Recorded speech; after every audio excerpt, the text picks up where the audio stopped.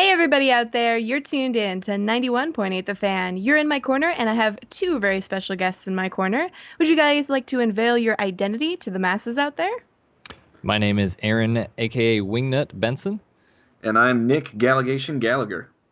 I'm glad you guys do that too, because I do the Jackie Kana Shimmy Florian thing. So, I always felt weird because the rest of the staff doesn't do that. Well, when you go by your pseudonym, that's you kind of got to throw it in there. Yeah, it seems like, the community you guys are a part of, they like the nicknames a lot better than anybody's actual name. Yeah, it's kind of an interesting phenomenon that you see is that people kind of end up going by handles or stage names, so to speak, but then it kind of fluctuates back and forth. I'm not sure that the scene has really decided on what identity they want to go with just yet. It almost seems like more initially, as a person's coming into it, they like to go by the pseudonym, but as they get more professional, the real name gets thrown in there. Take your Day Nines, your DJ Wheats. A lot more people refer to them as Sean and Marcus these days. No, Day 9 will forever be Day 9 for me. He's too much of a dork to have a Well, real name. he Yeah. is quite the dork, but a lovable dork for sure. Well, now, obviously, for the fans out there who are not familiar with your guys' work, would you like to, talk a little bit about what your day job is?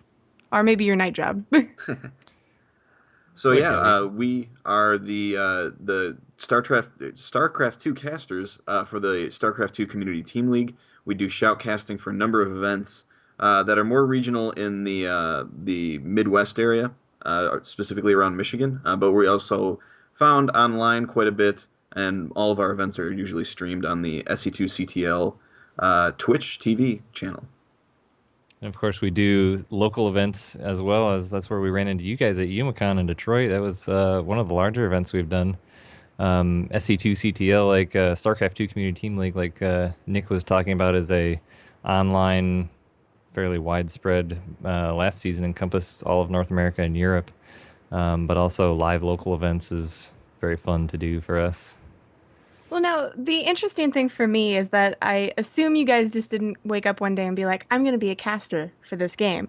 Generally, when I hear these stories, I feel like there's some sort of inspiration, like you saw somebody else doing, and you're like, I want to do that. So, how did you guys get into this?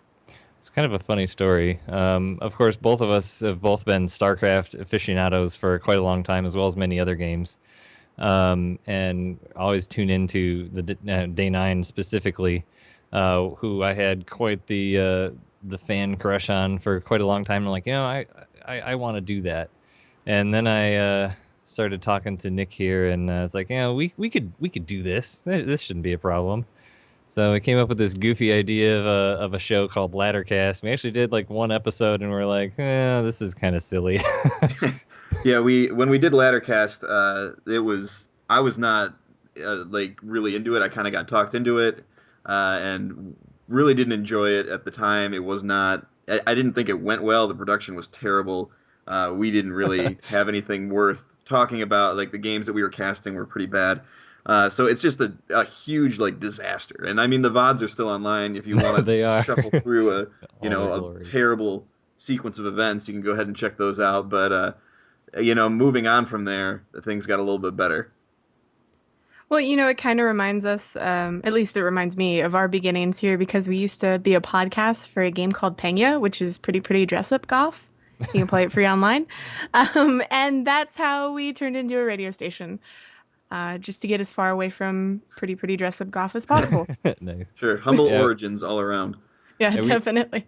we did that for a little bit there. That encompassed probably a couple weeks to a month, and then we pretty much did nothing for a long time. And then a local LAN came up called Big Shot Gaming out of Mount Pleasant, Michigan, and I had personally signed on to commentate their LAN, which is basically the first thing I had ever done on a live or of any scale really. And I had talked Nick into kind of helping me out with it, and eventually successfully conned him into doing the whole thing with me.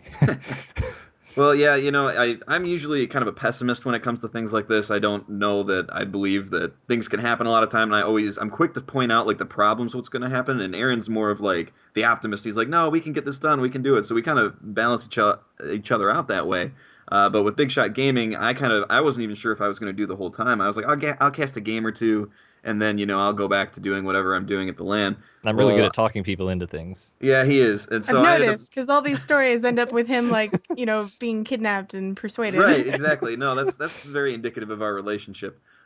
So we sat down and did it, and it ended up being a blast. The live casting portion with games that were decent, with players who cared about the game, it became a lot more fun. It became a lot more interesting, and we were able to kind of hammer out our rapport with one another a little bit better on air. As Aaron and I have known each other for over 20 years now. We've been friends forever. And so that's, I think, one of the things that we try and market as our casting duo is that, we one of our strengths is that we have this relationship, we have this banter that we can go back and forth with, and I think that fans have picked up on that, and that's been one of the keys to our success. So I have to wonder because with radio, this is something I noticed doing podcasting and radio work. I noticed a lot of quirks in my voice and what I say and things like that. So do you guys ever watch like previous broadcasts, especially in the beginning, and go, "Oh my God, why did I say that 4 times in a row?" You have no idea. We have so many things. Shenanigans is a word that No, we use a lot. shenaniganry. Shenaniganry, yeah. Uh, let's see. We sometimes have difficult with our directions in terms of Go ahead, where be people are honest. located on the Be map. honest. I have difficulty with my drink.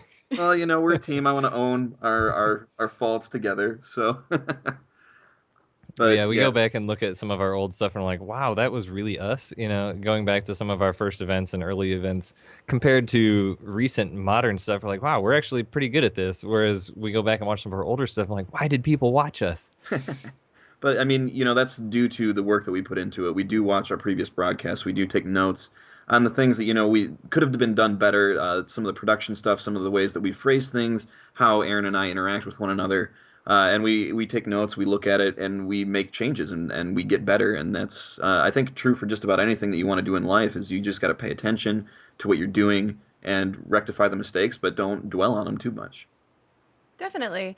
And, when it comes to StarCraft, which is a major game and a big community, especially a big, goofy community, because at least that's the aspect I really like about it. Do you find that, as you've casted, the game has kind of evolved just in terms of a social level and of a scope? I think it's kind of a moving target. If I look back at, that's probably one of the bigger things I noticed when I look back at some of our previous commentary and casts, and just looking back at the history of the game. There's never really one time that's like any other. So if you have an event or something that's in a time frame of a couple months prior to something else, I mean the scene and community itself has pretty much wholesale changed. I think in a lot of cases. Yeah, I definitely agree with that. And I mean the game itself is completely different than when it came out. In terms of what's good and what's not good, and what trends you're seeing within the game, obviously, you're still making workers and you're still creating armies and trying to kick the crap out of your opponent. But the way that the scene kind of interacts with itself, the heroes that are lauded and the people who are shunned, have continuously changed. It's very fluid, but and the community, frankly, is fairly fickle, and that's not necessarily a bad thing. It's just the state of the game and the way that stars rise and fall, and the community kind of gets behind that. But they're intensely loyal to the game. They're intensely loyal to seeing the sport in and of itself continue to grow and continue to be successful. The fickleness definitely makes you really, if you're going to do anything in the scene or the community, kind of like we're doing, it really makes you focus on what you're doing because, like you said, it's not necessarily a negative in that, but people hold you to a high standard.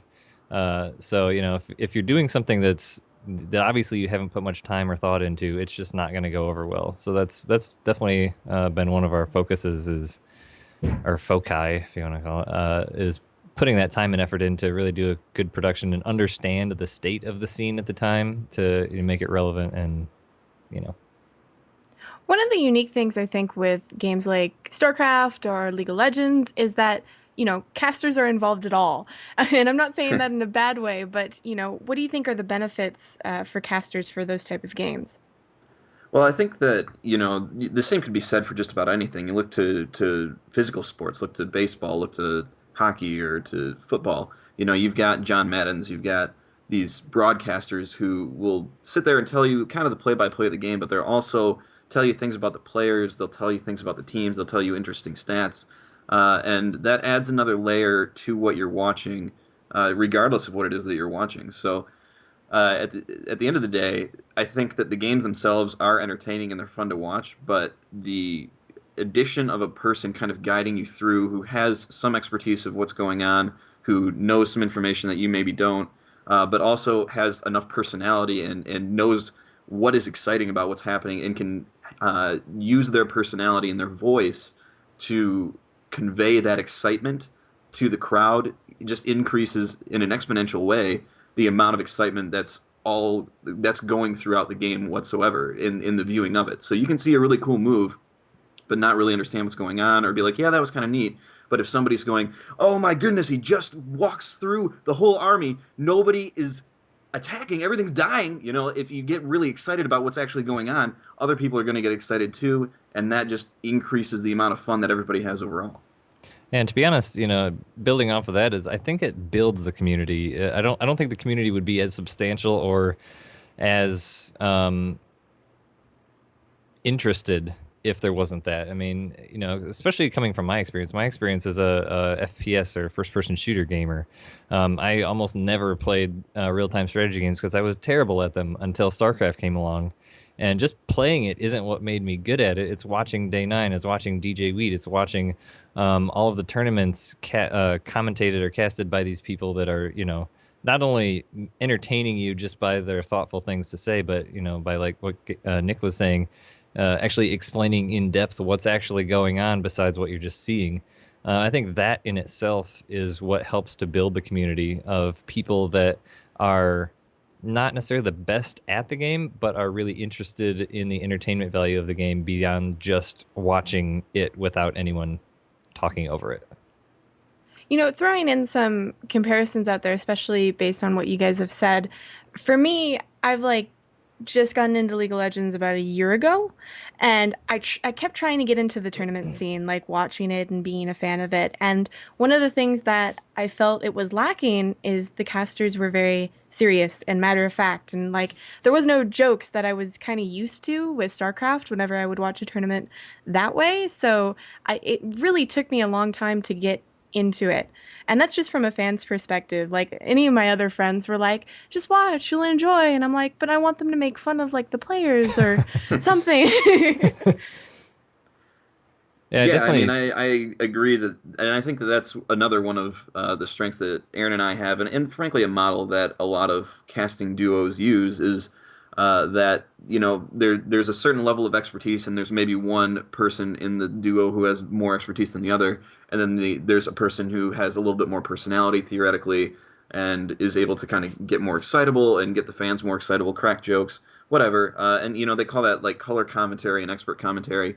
And that's not to say that one person has to be the sole provider of that content in any position, but having the mix of the two is really what I think makes a casting group successful, whether regardless of what you're talking about, what game or what sport or anything like that. I also think it's a little bit different scene from the fact that that League of Legends is free, so there's actually a lot more people out there that play it and are interested in it because of that. Whereas the barrier to entry is a lot lower, where that barrier to entry is actual dollars. So I think maybe the requirement for people to be interested is a little bit different.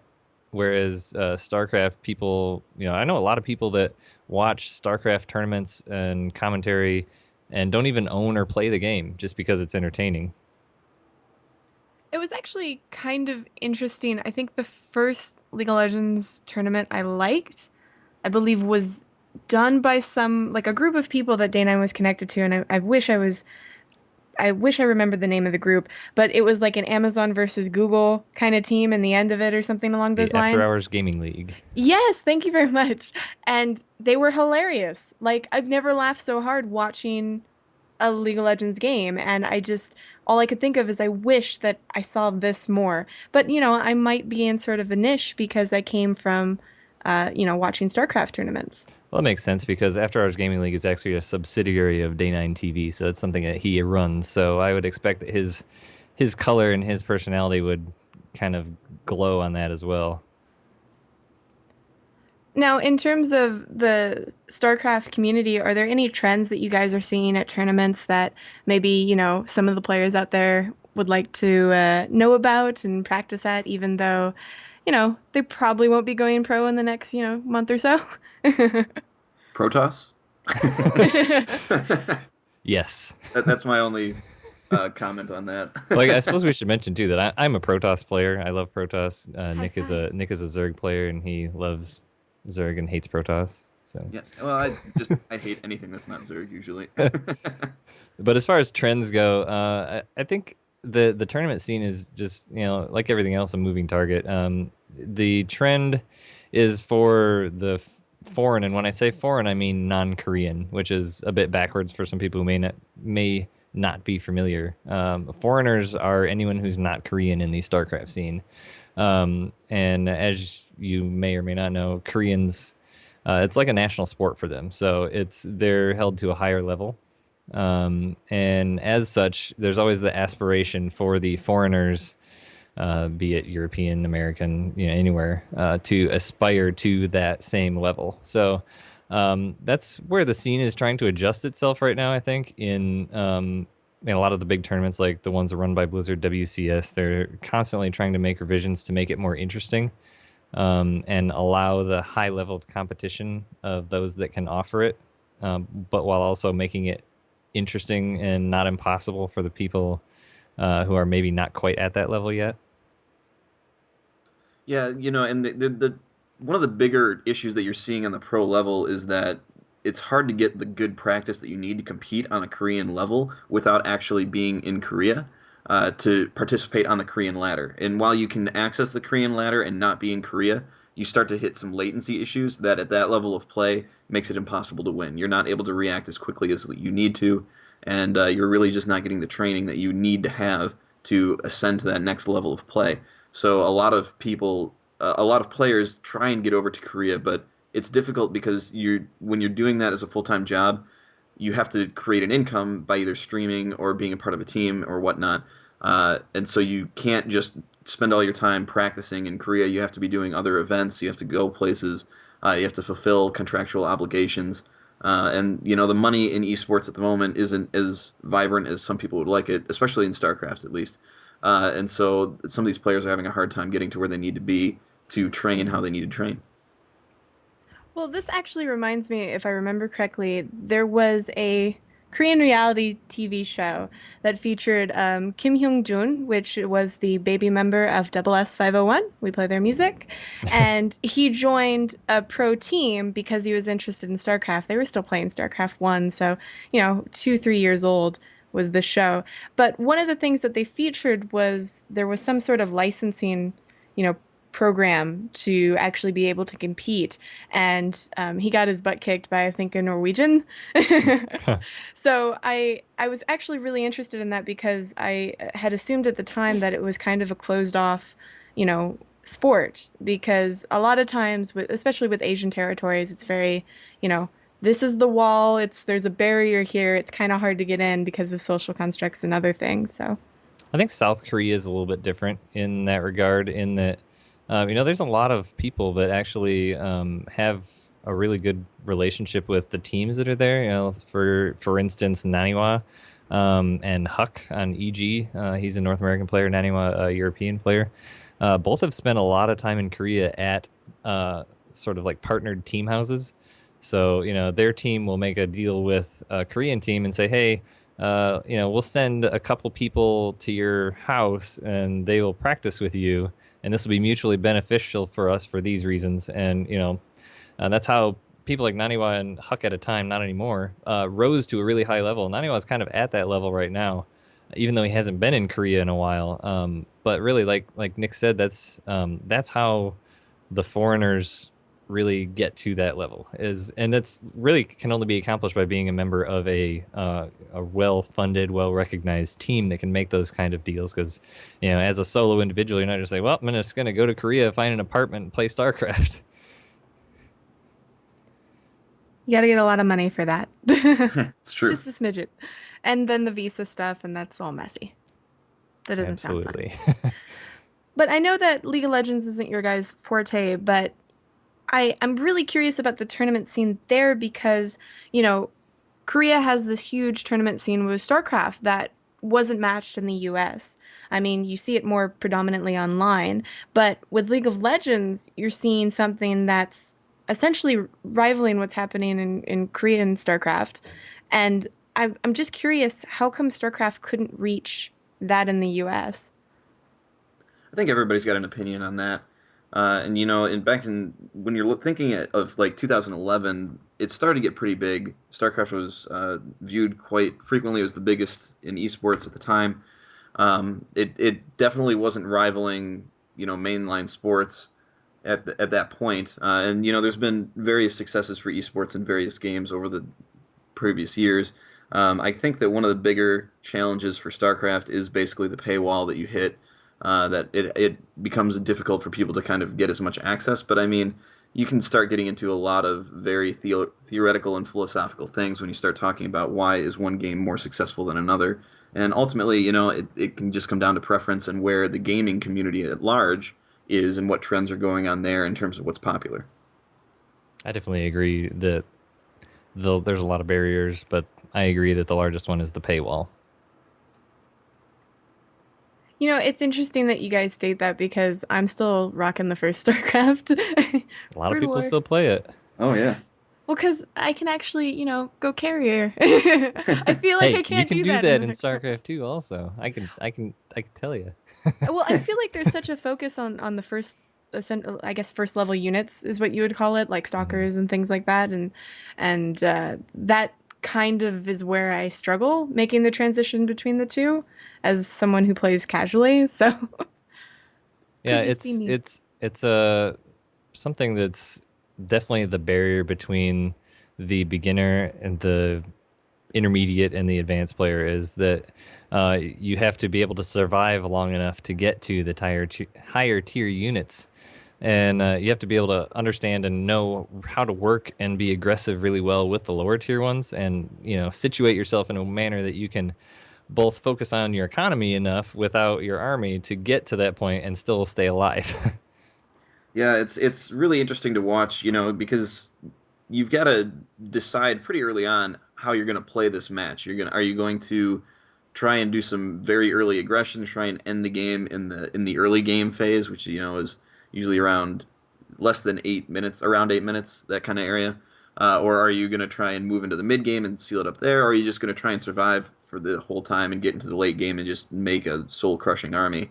But a lot of that has to do with what can you see that your opponent is doing.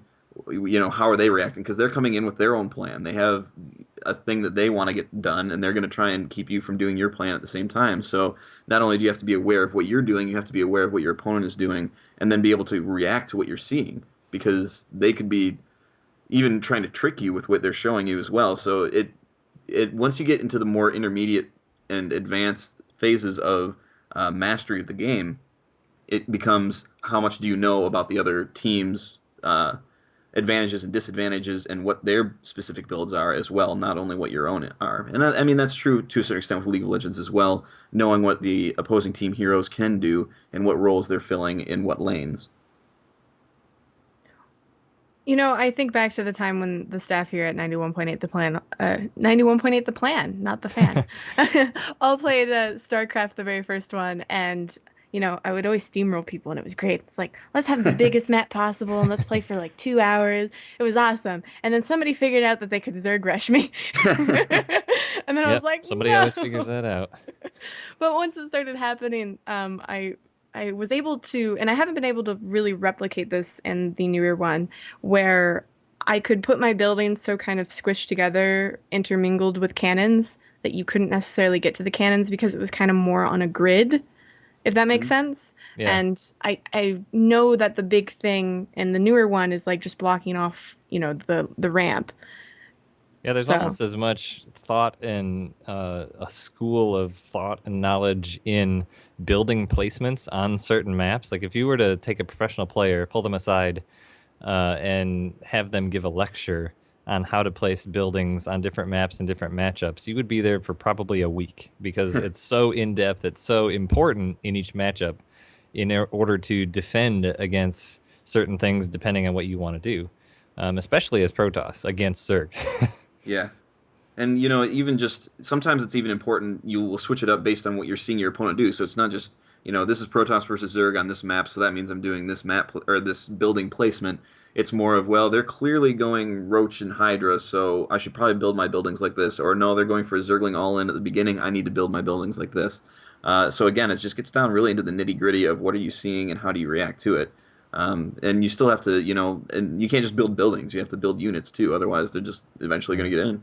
One of the coolest parts of StarCraft 2 is, I believe, the mind game aspect, and I think building placement and scouting in the game really has a lot to do with that. And that's the most exciting games you'll see commentated and played are the ones where there's a lot of mind games going on because early in the game, people will scout around and they'll see, oh, I see these buildings in this position. That means he's doing this.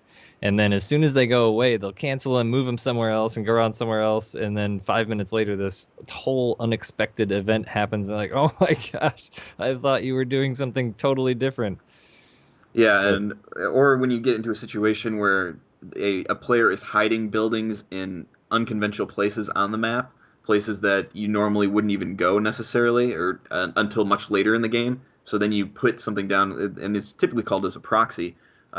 You put that down somewhere weird on the map, and it can either be a tech building or it can be a unit producing building, but you hide it so then when you have enough of whatever you're trying to get, or whatever technology or whatever units that you're trying to get, then you can reveal your hand, then you can show what's going on, and usually you'll get a huge advantage, and it becomes your opponent's job to try and scramble and collect themselves and react accordingly to try and stay alive. But sometimes that'll just flat out win you the game. But as Aaron was saying, this is very exciting stuff that happens in game. It's so fun to watch these things happen, and some people would call it a little bit of a cheesy tactic, but frankly, those are the mind games that you have to play. You have to try and throw your opponent off kilter, and cheese is a strategy. yeah, it's a lot of fun to watch.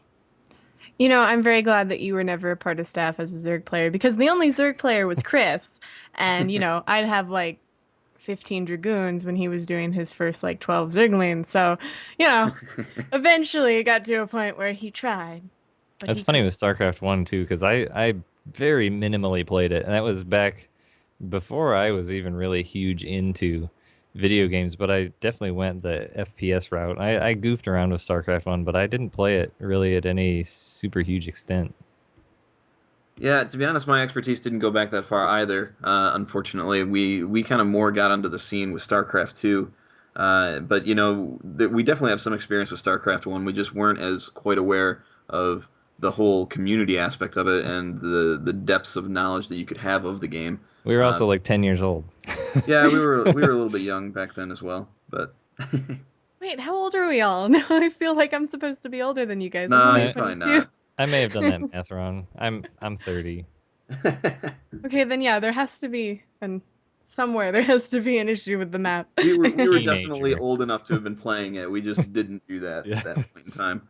I didn't start playing StarCraft 1 until I think about the end of middle school, beginning of high school. I played a lot of the arcade style ones like Wraith Wars and more of that because the ladder at that point was so stiff. I tried it a couple times. Was like, nope, not gonna do it. And I I think that's mean, what Blizzard has really been trying to put a lot of effort into with StarCraft 2 is trying to reduce what they call ladder anxiety to try and make it easier for people to get on the ladder and not feel like they're just, it's a really uh, anxiety producing event that you have to be really afraid to hit that play button because of what could potentially happen. So they've put a number of things in place to try and reduce that. They've brought the arcade back in StarCraft 2. I think that was when Heart of the Swarm came out that they introduced that again, and that's been a big hit. That coming back as well. So they've definitely been trying to listen to what people want to see through the game and make the changes accordingly to try and make the game more popular.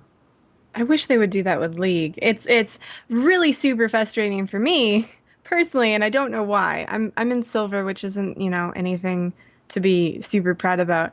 But I was the first in silver out of everybody, so that made me happy. They've been playing for like, 2 years. I started for like 3 months, so you know.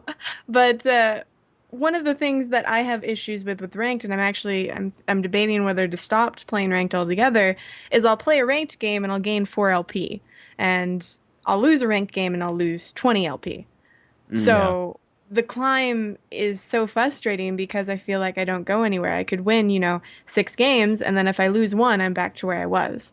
There's a lot of banter in the StarCraft community right now about something similar, and I experience this a lot because I love to play StarCraft, but I can't devote my life to it. I have a wife and a child and a job and things.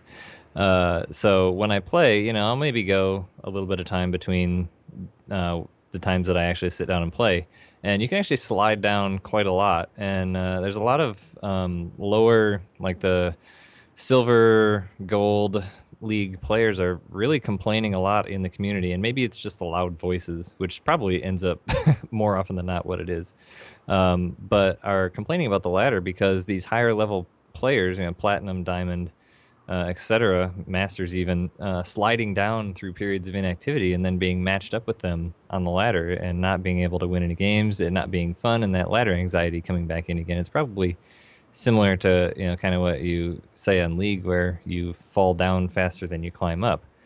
But it definitely, the ladder in StarCraft 2 is definitely rocket science compared to StarCraft 1. But it's there is a lot of things that make it a barrier to entry, so to speak. I guess maybe you can expand a little bit, Nick. Well, yeah, I mean, Blizzard has a. I mean, one thing that I really love about Blizzard, and this is true for all of their games, is they really look hard at the numbers, the hard numbers that they collect regarding who's playing and what leagues they're in, and what's happening, what win percentages are. And so they have very set standards on what they would like the leagues to look like. So they want a certain percentage of players to be in each league, and it's not equally distributed. It's weighted more towards the lower ends of play than it is the higher ends. So Bronze League, which is the smallest or the one of the lower leagues, it's not the biggest of them because you don't want everybody to feel like, well, we're all trash, so why do we want to play when we're terrible at this game? So I think what do they say? It's like 8% that they want in bronze. Anyway, it, Something like it that. it grows. Low. So there's a certain percentage in bronze, more in silver. Gold is by far the biggest. Last time I checked, and then platinum gets smaller, diamond smaller, masters Smaller much yet. smaller, and then grandmaster, which is just a very select few who are able to brute their way into that because you've really got to earn that one. Top two, But top yeah, 200 in a region. yeah, Top. Yeah. that sounds right. Yeah. So but Blizzard continues to try and make changes to the game or changes to the ranking system in order to keep those numbers. Obviously, you're not going to hit them exact on, but if you can kind of waver around them plus or minus a certain number of percentage points, then that's where you want people to be. Because if you have people who are mostly in Gold League, that means that they're going to feel like, hey, like even if they know the numbers, like it still feels good to go in there like, hey, I'm Gold, I'm around average, as I'm not opposed to like. cardboard 4. Right, yeah, like not going in there and be like, "Oh, I'm in Dirt League, great." Well, I don't know if I want to keep doing that. Well, now I'm curious if this is a problem with StarCraft because it's a problem with League where in the higher levels, I think it's Challenger and League, and you guys mentioned what it was for StarCraft. Do you have issues with, for example, pros being in the top multiple times, like with Smurf accounts or extra accounts?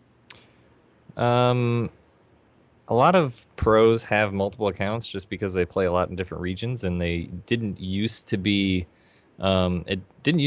possible to play in different regions with one account, which it is now. So a lot of players would go on, and also just for practice too. I mean, pro players don't necessarily want people to know who they are when they're playing on the ladder. So you're playing against Grubby, for example, and okay, this is his build. I'm playing him next week in DreamHack, so now I know what he's gonna do. So they like to practice maybe a little bit more incognito unless they're streaming or something like that. So I definitely think that most pros have multiple accounts and have multiple accounts in Grandmaster. But also to the contrary, if they've got the skill and time it's not easy to get an account in a Grandmaster, and I think anyone who's Grandmaster will tell you that. And anyone who has the skill and ability and time to get multiple accounts into Grandmaster, more power to them, in my opinion, anyway.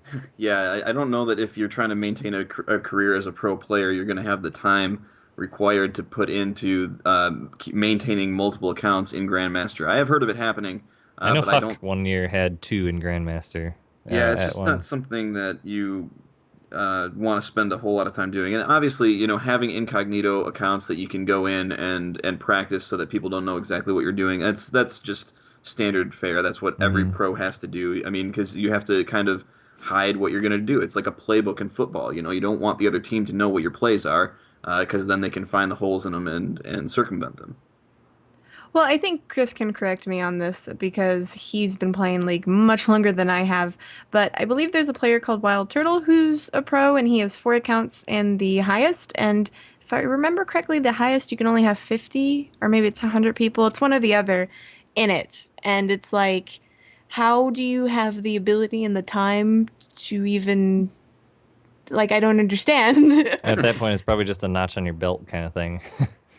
Well, you can also use it as, I mean, I can see why you would want to do that because then it's an intimidating factor. If you go up against somebody and they say to you, "Oh yeah, I've got 4 accounts in Grandmaster, whatever the top tier is," I mean, your first reaction is, "Yeah, right, I don't believe you." But if you actually figure it out and they're like, "Oh wow, that's actually backed up," I mean, that's intimidating. That's intimidating to go up against. So, I mean, you can use it as a scare tactic. You can use it to drum up frankly sponsors for yourself. You can use it to drum up sponsors for your team or to get invited to different tournaments. So it definitely there's a wow factor there that is definitely worth having. I don't know how it is in League, but StarCraft, once you are into Grandmaster, there's a very strong motivation to stay active because if you're inactive for even a short period of time, you can fall right out of Grandmaster. So maintaining Yeah. multiple accounts in Grandmaster would be actually very difficult. Yeah, there are times where you can, I've seen people like pros like stream and they'll be checking their stats and they're like, man, I'm gonna fall out of this soon. And literally right when they say it, they're knocked out of it. Yeah, if you play that much, you pretty much got a good feeling of when something's going to happen, I would say. Yeah, you start to get the feel for the ladder and the different Hmm. leagues and kind of how the algorithms work to getting you promoted or demoted, respectively. Or you can just tell the skill of the people that you're facing. Okay, this is starting to get pretty stiff. I'm probably getting close to Grandmaster. Hmm. Now, for the fans out there that want to see, your guys' work, or do you have any tournaments maybe in your area or at specific events that are coming up? Well, we've got a lot of pots on the fire right now. We've got a lot of things that are up and coming, which is going to be fun. So, as we mentioned before, we are a part of the StarCraft 2 Community Team League. We are the main casters for that group, and they have got some show matches coming up. We will be having done some already, and then there will be more that are up and coming. And then we also have a season 2 on the way of the actual league itself, which is a league that is comprised of teams from people in the community who just like to play the game at varying skill levels, and they're basically team matches, best of fives. Is that what we usually do? I think it's We've done so yeah, many five. finals lately; it's hard to remember what the Yeah, standards I are. keep going to best of seven, but that's what most of the finals are. So Yeah, yeah. so I think on an average night we'll do a best of five, and you'll send out basically it's I think it's King of the Hill format, so the players will play until they lose, and the first team to get 3 wins, I think. Yeah, basically the idea behind it from the person who created it was that there's really no competitive place for non-competitive people. And by non-competitive, I mean non-professional. So you and me, and even almost or semi-pro or still amateur, but not top tier players. There's no really good place to just have fun with StarCraft while competing for something, be it a modest prize. And it's been really successful. There's a lot of draw for that. Obviously, there's a lot of interest in that. Season one lasted how many months? 4 months, yeah. 4-ish months.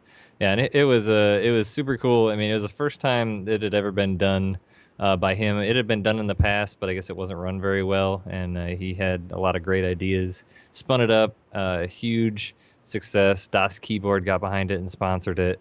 So yeah, that turned out really well. Yeah, so coming up, we'll be having some show matches between teams that are actually fairly well known. And a lot of these teams that we've been casting are actually feeder teams for some of the more professional teams. So a lot of these players either, if you're not familiar with them yet, expect to be if you continue to follow the StarCraft scene. And we've actually been able to partner with DogeAPI.com, which is a cryptocurrency wallet uh, site for the cryptocurrency Dogecoin, which is actually pretty funny that it's actually starting to become worth something. And so a lot of the prizes for these show matches will be paid out in Dogecoins. And so that's really exciting for us. We're excited for the players. It's going to be a really great partnership, and we're excited to see where that goes. And then again, like I said, season 2 is up and coming. It should be happening somewhere around in late March, and we're going to be just continuing to do the things that we did right in season 1. We're going to try some new things, but ultimately just keep improving the quality and continue to bring some great games for everybody to watch. Now, I hate to be a nooblet, but what exactly is a feed team? I've kept up with the lingo so far, but I've never heard that term before. So a lot So of go ahead, Aaron. a lot of pro teams will have it's almost like an audition team, sort of, so to speak. So take Root, for example, which is one of the teams that's going to be playing in this show match. They have a team called Root Seed, which makes sense because that's where the root starts.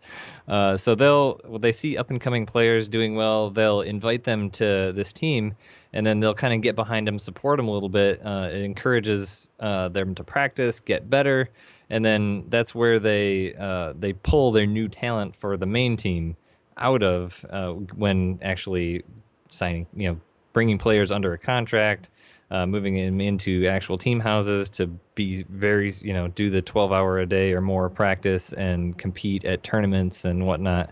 So really, it's like the recruit. Take hockey for example.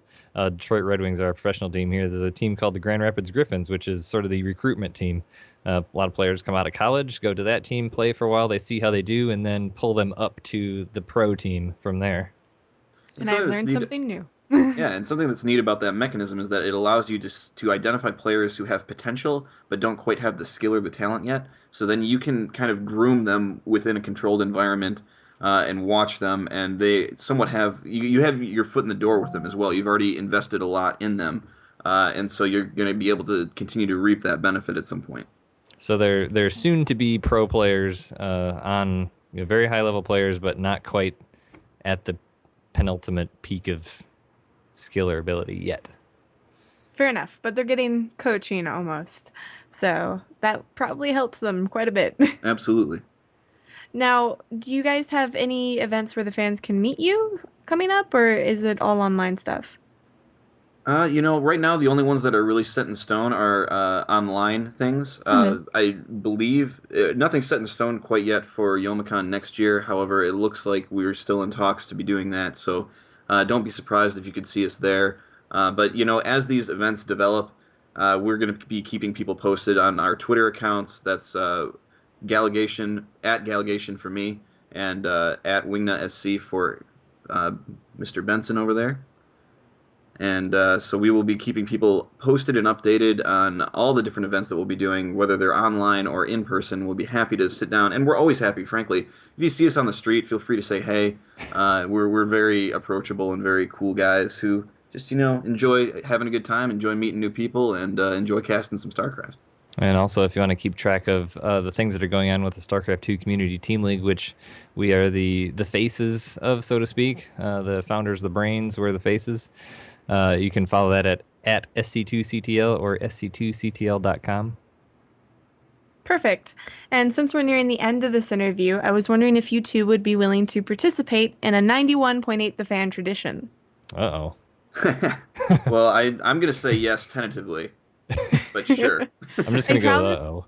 I promise it doesn't involve dressing up in a chicken suit or anything. Oh Well, that's man, I fine, was because we don't hoping have for video, that. so whatever. Basically, we ask if you'd be willing to do a radio bump for us. Oh, absolutely. Awesome. I don't know if you guys want to do like one together, but usually we ask if you could say, "Hey, my name is this," and one of you can go, "Hey, my name is this," and we do this. And you're tuned into 91.8 The Fan. So you could either choose to do them separately or together, whatever is easier for you. I think we should do it together, because that's That what we sounds good do. to me. So whenever you're ready, we're recording. All right, my name is Aaron, aka Wingnut, And this is Nick Gallagation Gallagher, and and we you are are listening. StarCraft 2. Oh, we should we We should should organize probably this. come up with a way that we're going to say this, huh? Yeah, you're hitting us on the spot here. That's the point. Okay, We But have we are even voice terrible at actors this who have quiet worked okay. for business. like We 20 years who we have have like had we have like difficulties. 3 second spans. Okay, ready, set. Hi, I'm Aaron, aka Wingnut, And this is Nick Gallagation Gallagher, and we're StarCraft 2 commentators. and you are listening to 91.8 The Fan. Stay tuned. That was perfect. Like I've had voice actors that have done worse than that. I'm Well, just that's throwing it that's out a there. compliment, I think. No, it I'll is a take it. compliment when you have people who have been Well, if voice you're actually acting gonna for play 20 this, I years. think we should do one more. Do you guys want to do one more? It's up to you. Yeah, let's put all the juice behind it. All the juice behind it. All the juice. All All the right, juices. saying the same things, Mr. Benson. Much juices. Much juices, very Yeah. well. Very all right. I am Aaron, aka Wingnut, And this is Nick Gallagation Gallagher, and we are StarCraft 2 commentators. and you are listening to 91.8 The Fan. Stay right where you're at. That Perfect. was worth $1 million right there. I think you guys could also be voice actors as well Well, as commentators. You've got Well, the if you've got you the have any juice. gigs on that, you go ahead and let us know. We're available for hire. We Voice have microphones that work really well. So. Yeah. But no, thank you guys so much for joining us. Is there anything else you'd like to tell the listeners out there? Any words of wisdom, dating advice, weather forecast? Weather forecast is cold, so we suggest you play StarCraft, get involved in the community. Follow us on Twitter at WingnutSC, at Gallagation. If you're interested in our work, you can find all of the VODs of almost every event we've ever done, including the horrible, horrible show that we first started out with called Laddercast I have to on, go watch that now. on YouTube at youtube.com/WingnutStarCraft, all one word. And if It's you're interested fantastic. in just figuring out when we're going live and want to watch just when you see our pretty faces, when they're actually being broadcast, you can go to twitch.tv/SC2CTL. We'll be doing some show matches in the coming weeks and months, and then in late March, we'll be going back into our weekly regimen of usually about 2 nights a week. We'll be doing the matches between teams, and we put on like about a 3-hour show twice a week, so it's a good viewing opportunity. We have a lot of fun. Our viewers have a lot of fun, and we'd love to have you join us. And we also just want to say thank you so much for what you do, and it was a pleasure to meet you guys at YumaCon, and thanks for inviting us on here.